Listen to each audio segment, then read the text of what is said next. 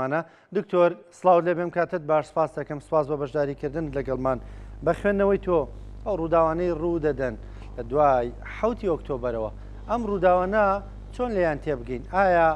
مانە پلان بۆ دانراو بوون یان دیفاکتۆیە ئەمری واقع ئەوەی کە دێتە پێشەوە؟ سڵاوتان لێبێ، هیوای ساغ و تەندروستی بە هەموو لایەک دەخوازم. طبعاان ڕۆژهڵاتی ناوەڕاست دوای 7 ئۆکتۆبەر تووشی گۆڕانکاریەکی گەورە بووە. زۆر لە وڵاتانەی کەوازل هێزن هەوڵ ئەدەن لە ڕووی سیاسی و لە ڕووی سەربازیەوە جێومەکانەتیان لە گۆڵە و گۆڕانکاریانە هەوێکە لە ڕۆژهڵاتی ناوەڕاستدا ڕوودەدا. بۆ نمونە ئێمە چەند پرۆژەیەک لە ڕۆژهڵاتی ناوەڕاست ئێستا بوون و هەیە. یەک لەو پرۆژانە پرۆژەی لەندەن ئەنقەرەیە کە دەیانەوەی حکومەتێکی بەهێزی سوننە مەزهب لە سووریا دروست ببێ، یەک پارچەی خاچی سووریا بپارێزێ لە هەمان لە پرۆژەی ئیسرائیلی ئەمریکی بوونی هەیە لە ناوچەکە کە دەیانەوێت قۆناغێکی تری سیاسی لە سووریا هەڵدە لە دوای 16 ئۆکتۆبەر لە دوای تێکشکاندنی هیلالی شیعی و بە هەدەردانی ئەو هەموو ماندووبوونەی چەند ساڵی ئێران کە لە ناوچەکە بۆ دروستکردنی هیلالی شیعی و نەمانی ئەو گروپە میلیشیانە بە تایبەتیان لاوازکردنیان لە لوبناان و نەمانی حکومەتێک لە ناو دەوڵەتێکدا کە لەسەر بنەمای مەزهبیشی ئەو پاڵپشتی دەوڵەتی ئێران بۆ لە هەم بە درێژایی مێژوو گۆڕانکارەکان گەشتە ئەو ڕادێ. ئێستا ئایا ئەو کێکە گەورەی کە لە ڕۆژهڵاتی ناوەڕاستدا بوونی هەیە بەشی گەورەیەک کە بەبەرچێ دەکەوێت؟ طبعاان ئێمەش وەکو کوور کەوتونێتە ناوقوڵایی ئەو یاریەوە پێویستە زۆ ژیرانە و زیرەکانە مامەڵە بکەین بۆ ئەوەی بتوانین هەرچنە بێت لە قۆناغی یەکەمدا لە قۆناغی سەرەتایی جەنگدا کە لەوانەیە ئازار و مەینەت بۆ ئێمە بنێتەوە خۆمان بپارێزین، لە قۆناغی دووەمدا بکەونە ناو ئەوەی کەوا بتوانین زۆرترین ماف یان زۆرترین قازانس لەو گۆڕانکاریانە بکەین کەوا لە ڕۆژهڵاتی ناوەڕاستدا بوونی هەیە. باشە دکتۆر، بە بڕوای تۆ ینی ئێمە خۆمان ڕۆڵمان هەیە لەوەی کەچی هەڵبژێرین وا دەڵێی دەبێ وا مامەڵە بکەین کە زۆرترین قازانس بکەین، ینی پێدوانی معادلەیەکی گەورەی نێودۆڵەتی ڕووداوەکان بەڕێوە دەبا و ئێمە کرێ مامەڵەی لەگەڵدا بکەین وەکو خۆی ویان حەکیمانە مامەڵەی لەگەڵدا بکەین. ئەمە بەستی من لێرە ئەوەیە نەکەونە ناو یاریەکی قوڵەوە ئەبێ بە بڕیاری عاقلانە لە پرسی سیاسی و سەربازی کە لە ڕۆژهڵاتی ناوەڕاستدا هەیە بوونی هەیە، بەو مانایی نەبینە لاگیر، نەبینە پیشگیری لایەنێکی دیاریکرا و لەو شەڕێکەوە ئێستا ڕۆژهڵاتی ناوەڕاستی گرتوتەوە، چونکە ئەو معادلەیە زۆر لە کورد و لە پرسی کورد گەورەترە. بۆ نمونە هەر ئیسرائیل کاتێ زانی تورکیا بەنیازە با بڵێن بنکەی سەربازی تیفۆری بۆ توێژینەوەی زانستی وەکو بنکەیەکی توێژینەوەی زانستی و سەربازی بۆ خۆی بەکاربێنێ لە هەمان کاتدا بەتەما بوو هێزێ بێنێ لە فڕۆکەخانەی حەمادا بنێ. بینیمان ئیسرائیل بە توندی ئەو دوو شوێنەی بۆمباران کرد وەکو ئاماژەیەک بۆ تورکیا کە بۆت نییە بێی لە ناو خاچی سووریا پێگەی سەربازی بە شێوەیەکی فەرمی بکەوە. جارێ معادلەکان لەسەر ئاسی زلهێزەکانە لە ناوچەکە، بۆیە کووروا پێویستە بە عەلەنی نا پشت بە پرۆژەی ئەمریکی ئیسرائیلی بەستێ نا پشت بە پرۆژەی لەندەن ئەنقەرەش بەستێ کە دەیانەوێت دەوڵەتێکی سوننە مەزهبی بە قووەت لە ناوچەکە هەبوونی هەبێت. طبعاً هێنانی ئەحمەد شەرع و ئەو گروپە تەنیا بیرۆکەی تورکیانە بۆکەوە ئێمە لە هەموو ڕاگەیاندنەکان وا دەیبیستین کەوا تورکیا پشتگیری تەواوی ئەو گروپان دەکەن لە پشت پەردەوە وڵاتێکی تریش هەیە کە بەریتانیایە بە حکمی ئەوەی کە خۆی بە دروستکەری دەوڵەتی عێراق و خۆی بە دروستکەری دەوڵەتی سووریا و ئینتیدا پێشتر کە ئینتیدابی هەبوو لەو ناوچەیە دەوێتی لە پشت پەردەوە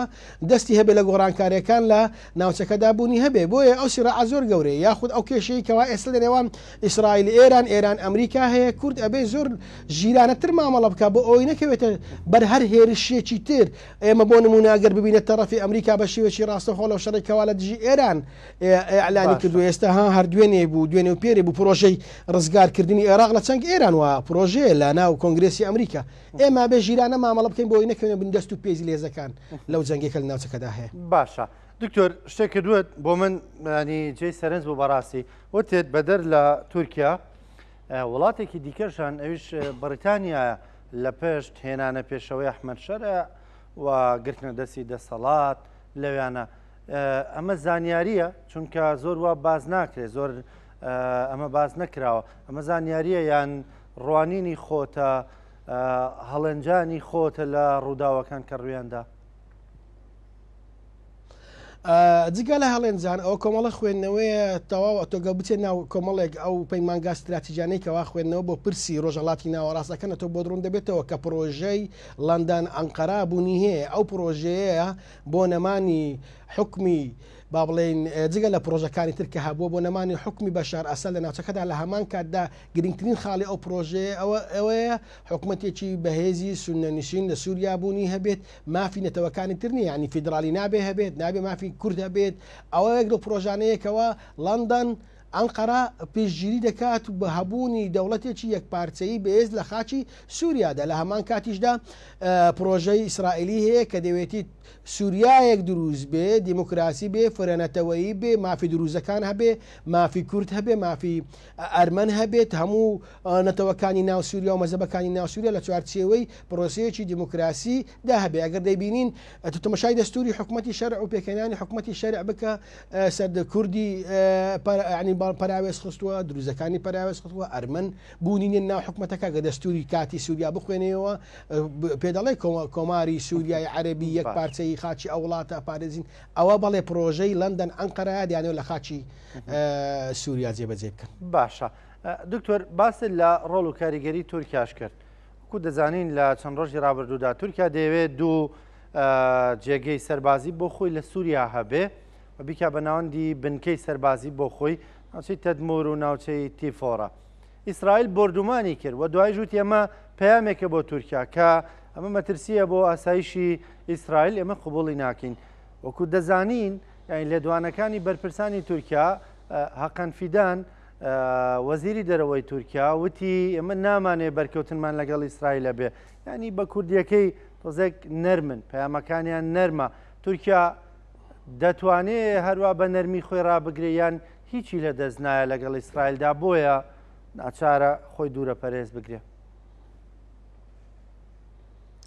تەنیا بابەتی تیفۆر و با بڵێن حەما و ئەو بنکە سەربازیانە نییە کەوا تورکیا ئەوێتی لە ناو خاچی سووریا بیکاتەوە خاڵێکی تری گرنگیش یەک لەو پرۆژانەی کەوا تورکیا ئەلانی کرد پرۆژەی ئاشتی لە تورکیا یەکێکە لەو بابەتانەی کەوا ترسی هەبوونەوە ئیسرائیل بگاتە سەر سنوورەکانی تورکیاوە بەڕاستی بۆیە پرۆژەی ئاشتی ئەلان کردووە لە ناو خاچی تورکیا و هەموو لایەنەکانیشی لێ ئاگادار کردێتەوە شاندیان ناردە بۆ هەرێمی کوردستان لەگەڵ ئەمریکاش لەسەر خەت بوونە لەسەر ئەو بابەتە هەموو مەترسیەکە ئەوەیە کەوا لەو گۆڕانکاری کەوا لە ڕۆژهەڵاتی ناوەڕاستدا بە تایبەتی لە شام و لە وڵاتی سووریادا بوونی دەبێ ئیسرائیلیش نەگا بەسەر حدودەکانی با بڵێن تورکیا بە پشتگیری کوردەکان بە پشتگیری ڕۆژ ئاوا با بڵێن بە پشتگیری ئەو لانەنەیەکەوە دەسەڵاتی سیاسیان هەیە لە ڕۆژ ئاوای کوردستان بۆیە ئەو وەکو مەترسیەک سیر ئەکرا خۆشببختانە با بڵێن دەسەڵاتی خۆسەریش لە ڕۆژ ئاوە بە هاوکاری لەگەڵ هەڵێمی کوردستان توانیان لە خۆناغی شەڕی یەکەمی سووریا و با بڵێن ڕوخانی بەشار ئەسەد زیرەکانە مامەڵە بکەن خۆیان لە هێرشی با بڵێن ئەو لەشکرکێشی با تەحریر شام و تورکیا بپارێزین لە قۆناغی ئێستادا کورد با شێوەیەکی ئاشتیانە بتوانێت خۆی بگونجێنێ لەگەڵ ئەو بارودۆخێکەوە ئێستا هەیە بۆ قۆناغەکانی داهاتوو لەوانەیە بەرنامەی تور و پرۆژەی تر و یاخود بڕیاری تر هەبێ. باشە دکتۆر پێم خۆشە ڕوانینی تۆ بزانم لەبارەی ئەو هەڕەشە هەڕەشەکاری لە نێوان ئەمریکا و ئێران هەیە بەکوێ دەگا بە بڕوای تۆ ئێران تەسلیم دەبێ بە گفتوگۆ هەندێک دەڵێن ینی تەسلیم بوونیش بە گفتوگۆ ئەمجارە گفتوگۆکە ئاسان نییە لەبەرەوەی لە سۆنگێکی لاوازەوە لە مۆقعێکی لاوازەوە ئێران دەچێتە گفتوگۆ پێ دوایە بە گفتوگۆ کۆتایی پێدێ یان بە لێدان و هێرشی سەربازی. بە بڕوای من لێدانی ئێران بوونی دەبێت لە کاتێکی نزیکیان دوور بەڵام ئەو لێدانە بۆ مانایە نایەکەوە دەسەڵاتی سیاسی ئێرانی بڕوخێن و دەسەڵاتێکی سیاسی تر بێت چونکە ئەمریکەکان پێیان وایە بەدیلی کۆماری ئیسلامی ئێران چێ دەبێ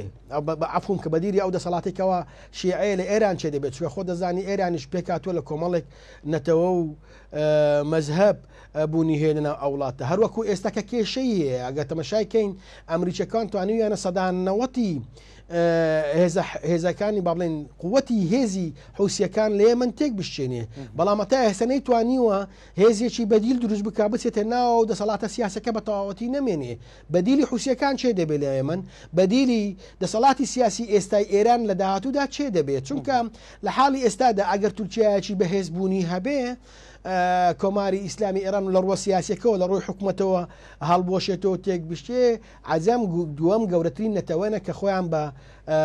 بە تورک ئەزان و لەوانەیە تورکیا لەولایە بە هەمان شێوە بە قوڵایەکی دوور و درێژەوە بچێتە ناوخاچی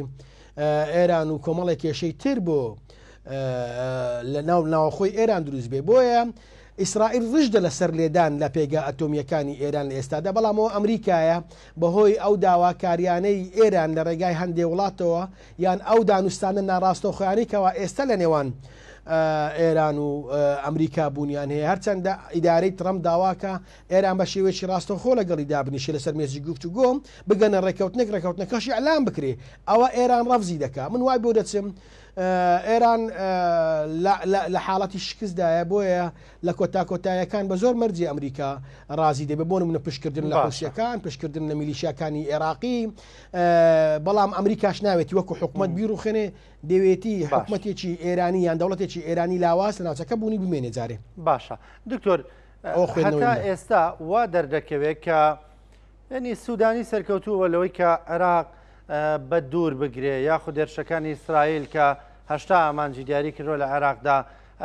بە بڵین عێراق بە دوور بگرێ لەو هێرشانە یاخود کاتی هێرشەکان تۆزێک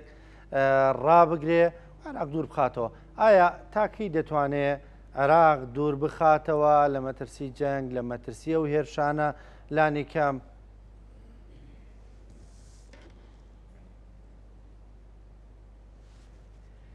دکتۆر گوێت لە منە دەنگ نەما لە لای من ببوور باشە گوێت لە من ئێستا دکتۆر باشە پرسیارەکەی منەوە سودانی لە ماوەی ڕابردوودا چاودێرانی سیاسی دەڵێن سەرکەوتوو بۆ لەوەی کە بتوانێت عێراق بپارێزێت لە هێرشەکانی ئیسرائیل وەکو دەزانین ئیسرائیل لە ماوەی ڕابردوودا هەشتا ئامانجی دیاری کردبوو لە سەراستی عێراق بۆی کە هێرشیان کاتە سەر بەڵام سودانی ینی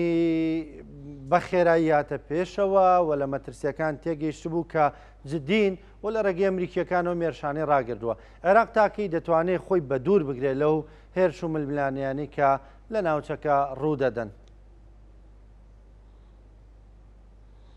هیچ گومانی تێدا نییە ئەوەی حکوومەتی عێراقی و دەوڵەتی عێراقی لە ئەرزی واقع بەڕێوە دەبا حکوومەتەکەی سوودانی نییە کۆمەڵی گروپ و میلیشیان تەواوی عێراق و لەسەر ئاستی ناوەخۆ و لەسەر ئاستی ئەجندای دەرێکیش سوودانی ناتوانێت بەبێ ئەو گروپانە هیچ بڕیارێ بدا سوودانی ناتوانێت لەسەر ئاستی نێودەوڵەتیش هیچ بڕیارێکی سیاسی هەبێ ئەگەر بێت و ئۆکێ ئەو میلیشیانی بەدەست نەبێ بۆیە ئیسرائیل دژدە لەسەر لێدان لەسەر 300 نەک هەشتا 300 گروپ و سەرکردەی سیاسی عێراقیەکان بەڵام لەسەر داوایەکی ئەمریکا ئەو قۆناغە لە حاڵەتی ئێستادا تەعجیل کراوە نەک ڕاگیراوە ڕاگیران جیاوازە لەگەڵ تەعجیلکردن تەعجیل کراوە بۆ ئەوەی بتوانن دوژمنە سەرەکیەکە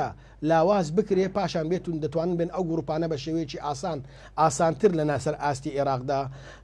لە ناو بدن بیرمان نەچێ سەرکردەی ڕێکخراوی قودسی ایرانی مانگێک نابێ هاتە عێراق ینی داوای لە هەموو گروپەکان کرد بە هیچ جۆرێک نەکەن هەڵا بکەن بە موشک یان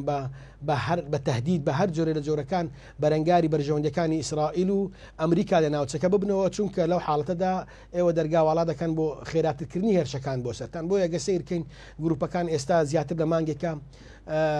نە لێدوانی توندیان هەیە دژ بە ئەمریکا نە لێدوانی توندیان هەیە دژ بە ئیسرائیل لە ناوچەکەدا ئەوە ئەو پەیامە بووکەوە لەلایەن ڕێکخراوی قودسی ئێرانیەوە گەیەندرایە سەرکردە باڵەکانی ئەو میلیشیانە ئەمریکا باش ئەزانێ عێراق لەلایەن کۆمەڵی گروپ و میلیشیاوە بەڕێواتێ دوور نییە لێدانی ئەو گروپانە یاخود دەتوانین بڕین ئەگەر هات و بە ڕوانگەی ئەمریکا لە مابینی دووکەوانەیە سەری مارەکە ئەگەر بێت و بپێکرێ ئەویتر ئاسان ئەبێ بە لە ڕوانگەی ئەمریکا لە ڕوو لاوازکردنی ئەو گروپانەوە جارێ ئانەوێ لەگەر ئێران یەکلایی ببنەوە کە لەگەڵ ئێران یەکلای بوونەوە ئیدی کاڵکردنەوەی ئەو گروپانە ناوبردنی گروپانە لە عێراق لەلایەن ئەمریکا و ئیسرائیلەوە شتێکی زۆر ئاسانە و بە ئاسانیش دەکرێت. بەڕێز دکتۆر ئاراز عەبدوڵڵا مامۆستای زانکۆ سپاس دەکەم سپاس بۆ بەشداریکردنت لەگەڵمان.